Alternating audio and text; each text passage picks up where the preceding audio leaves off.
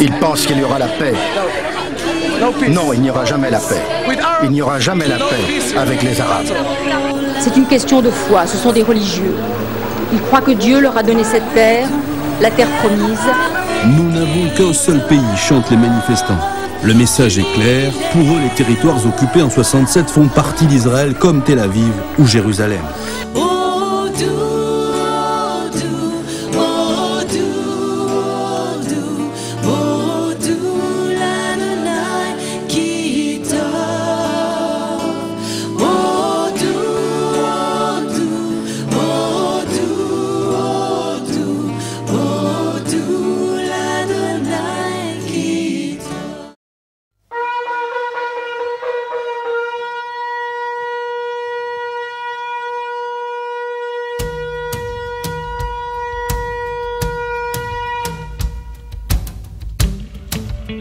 Depuis l'aube de son histoire, Jérusalem a été conquise et reconquise 40 fois. Cette ville au magnétisme singulier a toujours fait l'objet de la vénération la plus exaltée et de la violence la plus extrême. Depuis 1948, Jérusalem, comme tout l'État d'Israël, n'a jamais connu un seul instant de répit. Nous voulons Jérusalem par la paix, et si ce n'est pas possible, nous la voulons par la violence. Pour le futur État palestinien, Jérusalem, notre ville sainte, est la seule capitale possible. C'est vous, oui, c'est vous qui allez faire le premier pas vers Jérusalem, grâce à votre détermination, votre implication et votre mobilisation. Cite, aujourd'hui Gaza, demain Jérusalem, si Dieu le veut.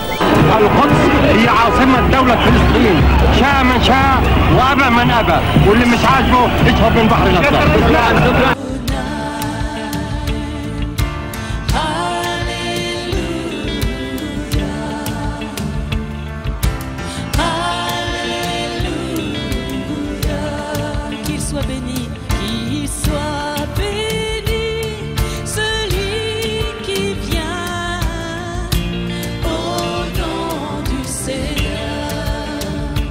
Qu'il soit béni, celui qui vient au nom du Seigneur. Qu'il soit béni, celui qui vient au nom du Seigneur. Qu'il soit béni, celui qui vient au nom du Seigneur.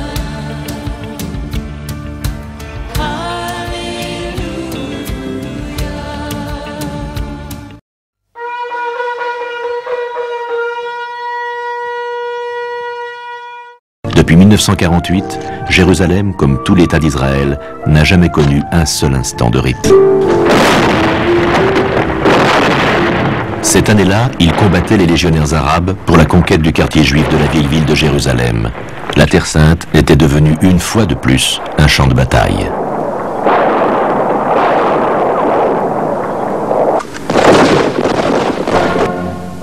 Pendant ce temps, le monde a le regard fixé sur le musée de Tel Aviv.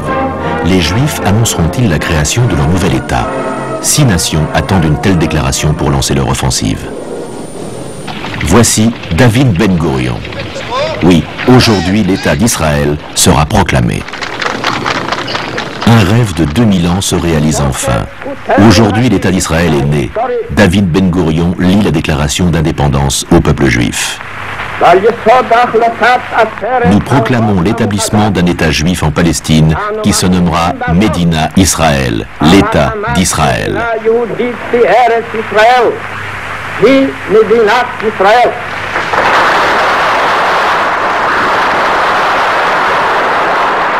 Le jour même, la guerre éclate sur tous les fronts.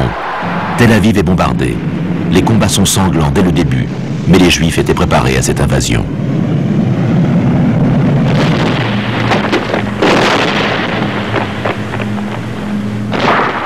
Cette guerre qui au départ passe presque inaperçue va créer un problème qui conditionnera la situation au Moyen-Orient pour les décennies à venir.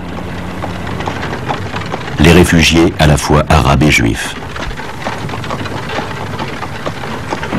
Les Arabes quittent leur maison sous les ordres de leur chef pour faciliter l'invasion. Quand les Arabes auront gagné la guerre, leur dit-on, ils pourront retourner dans leur village et partager le butin de la victoire.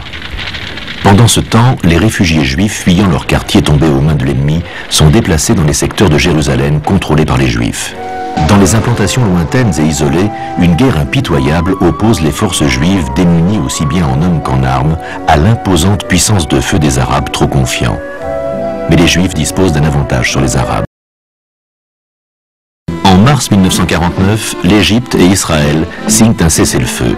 Israël a gagné la guerre d'indépendance. Le président égyptien Nasser prend des mesures dramatiques qui conduiront à la reprise des hostilités. Il évince les Anglais et les Français de la zone du canal, nationalise le canal de Suez et ferme la mer